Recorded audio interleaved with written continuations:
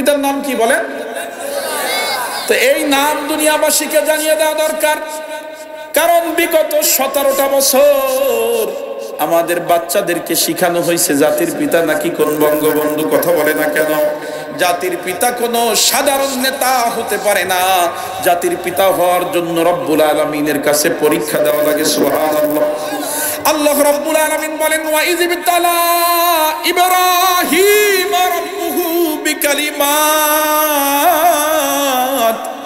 ইব্রাহিমের রব আল্লাহ রাব্বুল আলামিন ইব্রাহিমকে পরীক্ষা করেছেন একটা দুইটা বিষয় দিয়া না, বিকালিমাত, অনেকগুলো বিষয় দিয়া ইব্রাহিমকে পরীক্ষা করেছেন। আল্লাহ রাব্বুল আলামিন হযরত ইব্রাহিমকে যৌবনে আগুনে ফেলে পরীক্ষা করেছেন। হযরত ইব্রাহিম আলাইহিস সালাতু ওয়াস সালামকে 80 বছর বয়স পর্যন্ত সন্তান না দিয়ে পরীক্ষা করেছেন। 80 বছর বয়সে সন্তান চাইলেন আল্লাহর কাছে। আল্লাহ রাব্বুল আলামিন 86 বছর বয়সে হযরত ইসমাঈলকে দান করলেন। এই সন্তানের বয়স যখন মাত্র 6 মাস, আল্লাহ রাব্বুল আলামিন নির্দেশ করলো, ইব্রাহিম এই সন্তানকে এখন আর তুমি নিজের কাছে রাখতে পারবা না, সন্তানকে ওর মা সহ ওই জনমানব শূন্য মরুভূমি এলাকা মক্কাতুল মুকাররমায় রেখে আসবা।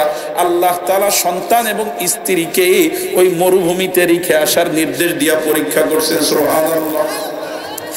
এরপরে ওই সন্তানের বয়স যখন মাত্র 10-11 বছর, সন্তান যখন বাবার উপকারে আসতে পারে, আমরা একটা সন্তান কেন চাই, আমরা কেন দোয়া করি একটা সন্তান আল্লাহ আপনি আমাদেরকে দান করেন, কারণ ওই সন্তান যখন বড় হবে তখন বাবার সহযোগী হবে। কথা বলেন ঠিক কিনা? আল্লাহ রাব্বুল আলামিন বলেন, ফালাম্মা বালাগা মাহুস সায়া, ওই হযরতে ইসমাঈল যখন বাবার সহযোগী হতে পারে, বাবার সাথে চলার মতো বয়স যখন হয়েছে, আল্লাহ রাব্বুল আলামিন তখন হযরতে ইসমাঈলকে জবেহ করার নির্দেশ দিয়া ইব্রাহিমকে পরীক্ষা করেছে। দুনিয়ার মুসলমান ইমানদার পরীক্ষাটা আবার কেমন পরীক্ষা? সরাসরি জবেহের নির্দেশ দেয় নাই, আল্লাহ রাব্বুল আলামিন স্বপ্নের মধ্যে হযরত ইব্রাহিমকে নির্দেশ করেছে। সুবহানাল্লাহ পড়েন। আমরা যেই সকল নেতারে জাতির পিতা বানাইছি, ওরা যদি এরকম স্বপ্ন দেখতো, আমাদের মতো হুজুরগো কাছে আইসা বলতো, হুজুর স্বপ্নে তো এই দেখছি, একটা ব্যাখ্যা কইরা দেন যাতে আমাকে গায়ে না লাগে। কথা বলেন ঠিক কি না? স্বপ্নের উল্টা ব্যাখ্যা বের করে নিত। কিন্তু জাতির পিতা আব্বা জানতো নবী, তিনি জানেন নবীদের স্বপ্ন, ওহী পড়েন না। সুবহানাল্লাহ। যখন হযরত ইব্রাহিমকে স্বপ্নের মধ্যে নির্দেশ দেওয়া হয়েছে, হযরত ইব্রাহিম ভিন্ন কোনো ব্যাখ্যা তালাশ করে নাই। স্বপ্ন হোক আর বাস্তবে হোক, নির্দেশ যেহেতু আল্লাহ রাব্বুল আলামিন দিয়েছেন, আল্লাহ পাকের নির্দেশ পালন করার জন্য আব্বাজান বড় শখের সন্তান, বৃদ্ধ বয়সে পাওয়া সন্তানকে শোয়ায়া নিজের ছুরির নিচে রাইখা বিসমিল্লাহি আল্লাহু আকবার কইয়া সন্তানের গলার মধ্যে ছুরি চালায় দিয়েছে। সুবহানাল্লাহ। মুসলমান ইমানদার, আল্লাহ রাব্বুল আলামিন বলেন, আমি ইব্রাহিমকে এইভাবে পরীক্ষা করেছি। আর ফাতাম্মাহুন্না, হযরত ইব্রাহিম সবগুলো পরীক্ষায় ফার্স্ট ক্লাস পেয়ে পাস করছে। সুবহানাল্লাহ পড়েন। যখন হযরত ইব্রাহিম সমস্ত পরীক্ষায় ফার্স্ট ক্লাস পেয়ে পাস করছে, আল্লাহ তাআলা বলেন, ইন্নী জাইলুকা লিন্নাসি ইমামা। আমি তখন হযরতে ইব্রাহিমকে বললাম, ও ইব্রাহিম, আমি আল্লাহ তোমাকে এখন জাতির পিতা বানাবো। বলেন সুবহানাল্লাহ। দুনিয়ার মুসলমান ইমানদারের জন্য কথা স্পষ্ট, কথা পরিষ্কার, লাউড এন্ড ক্লিয়ার কথা হলো এটাই, জাতির পিতা নীতিভ্রষ্ট কোনো নেতা হতে পারে না। আমাদের জাতির পিতা আমাদের তাওহীদবাদী আব্বাজান ইব্রাহিম খলিলুল্লাহ। চিৎকার দিয়ে বলেন না ঠিক কিনা?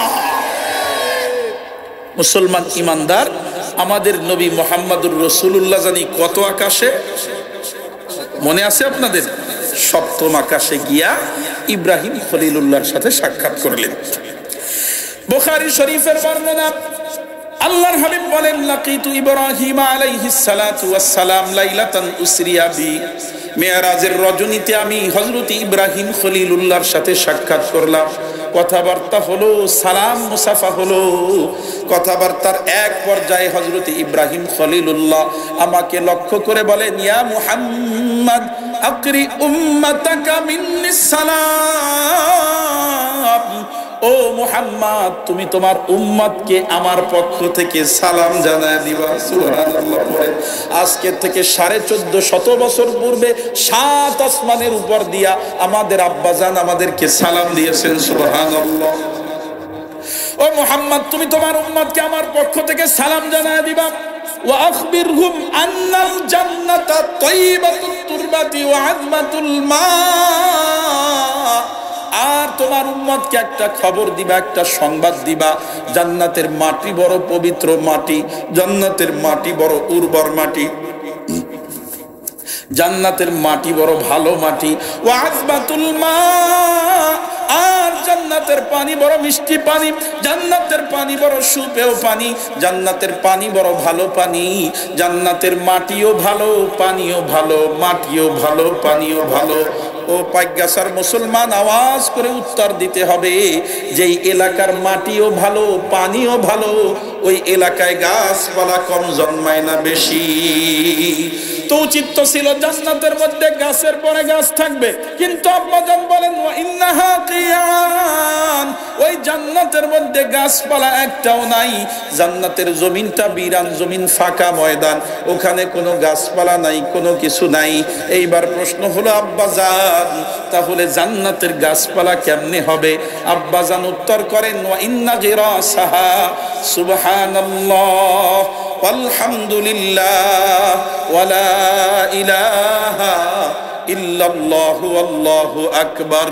জান্নাতের একটা গাছের নাম হলো সুবহানাল্লাহ, জান্নাতের আরেকটা গাছের নাম হলো আলহামদুলিল্লাহ, জান্নাতের আরেকটা গাছের নাম হলো লা ইলাহা ইল্লাল্লাহ, জান্নাতের আরেকটা গাছের নাম হলো আল্লাহু আকবার। যখন তোমার উম্মত এই তাসবিহগুলো তার জবানে উচ্চারণ করবে, আল্লাহ তাআলা প্রত্যেক তাসবিহের বিনিময়ে জান্নাতের মধ্যে এক একটা গাছ লাগায় দিবে।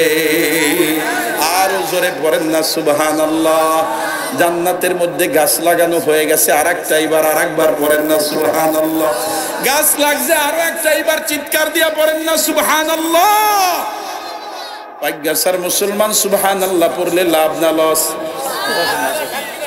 ও এটা আশা শুনি না, ও এখানে তো কেয়ার গাতি লেখা, আবার আসছি তো পাইগাছার দিকে, ওইখানে আসছিলাম, ওইখান থেকে দাওয়াত। আচ্ছা, আশা শুনি সাতক্ষীরার মুসলমান আমার দিকে লক্ষ্য করেন, সুবহানাল্লাহ পড়লে লাভ না লস?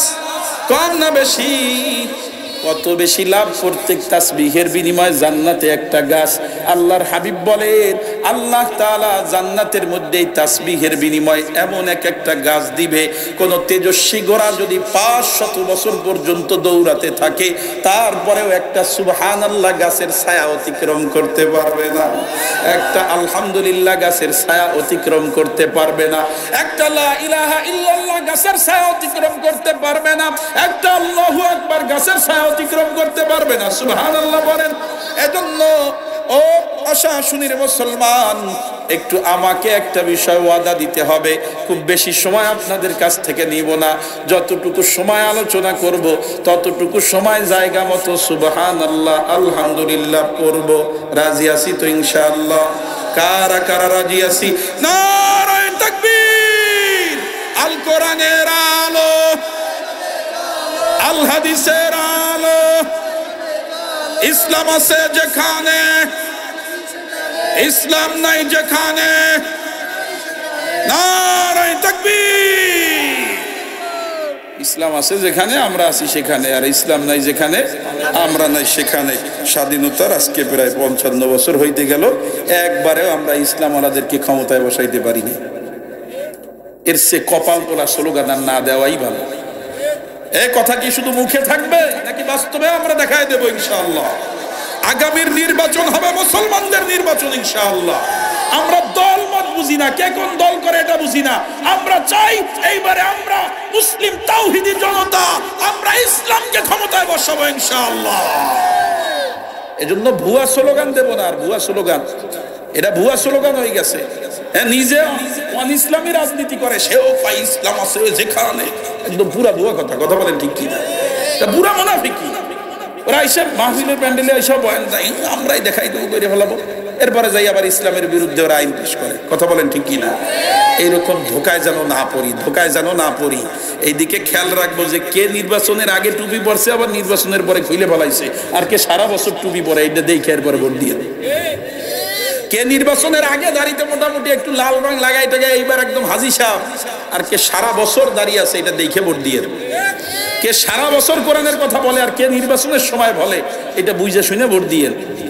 হ্যাঁ, এরকম মানুষরে বসায়েন না যারা ধোকা দেয়। ওরা আপনার এইভাবে ধোকা দিবে, পরবর্তীতে আপনার সম্পদ ধোকা দিয়ে মেরে খাবে। কথা বলেন ঠিক না? আল্লাহ তাআলা আমাদেরকে ইসলামের সাথে থাকার তৌফিক দান করেন, বলেন আমিন। আমি আপনাদের সামনে কালামে পাকের সূরাতুল হজ্জের প্রথম এবং দ্বিতীয় আয়াত তেলাওয়াত করেছি। এই আয়াতের মধ্যে আল্লাহ রাব্বুল আলামিন কিয়ামতের কিছু ভয়াবহতা আলোচনা করেছেন। এরপরে আমি রাসূলুল্লাহ সাল্লাল্লাহু আলাইহি ওয়াসাল্লামের হাদিসের আলোকে কিয়ামতের ভয়াবহতা আলোচনার পরেই বিশেষ কতিপয় মানুষের কথা আলোচনা করব, আল্লাহ যাদেরকে কিয়ামতে আলাদা মর্যাদা দান করবেন। সুবহানাল্লাহ।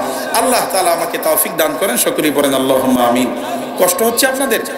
যারা চলে যাচ্ছেন কি সমস্যা? হ্যাঁ, বাদাম কিনতে যাচ্ছে, আল্লাহ হেফাজত করুন। কেউ না যায়, এখানে বসে থাকলে 2টা পুরস্কার আছে। কয়টা পুরস্কার? যারা এখান থেকে শেষ করে যাবে তাদের জন্য 2টা পুরস্কার। আল্লাহর ফেরেশতা ঘোষণা দিয়ে বলেন, কুমু মাগফুরাল লাকুম। এতক্ষণ তোমরা কোরআনের মজলিসে বসা ছিলা, তো এখন তো বাড়ির উদ্দেশ্যে চলে যাচ্ছ শেষ করে, আল্লাহর পক্ষ থেকে 2টা পুরস্কারের ঘোষণা শুনে নাও। সুবহানাল্লাহ। 1 নাম্বার হলো কুমু মাগফুরাল লাকুম, আল্লাহ তাআলা তোমাদের জিন্দেগীর সমস্ত পাপ মাফ করে দিয়েছে। সুবহানাল্লাহ। ওয়াকাদ বুদ্দিলাত সাইয়্যাতিকুম হাসানাত। আর দ্বিতীয় পুরস্কার হলো শুধু পাপ মাফ করছে এমনটা না, আল্লাহ তাআলা পাপগুলোকে নেকি দিয়ে বদলায়া দিয়েছে। সুবহানাল্লাহ। এজন্য মুসলমান ইমানদার, সময় হয়তো আর খুব বেশি হবে না, অল্প সময়ের মধ্যেই শেষ হবে।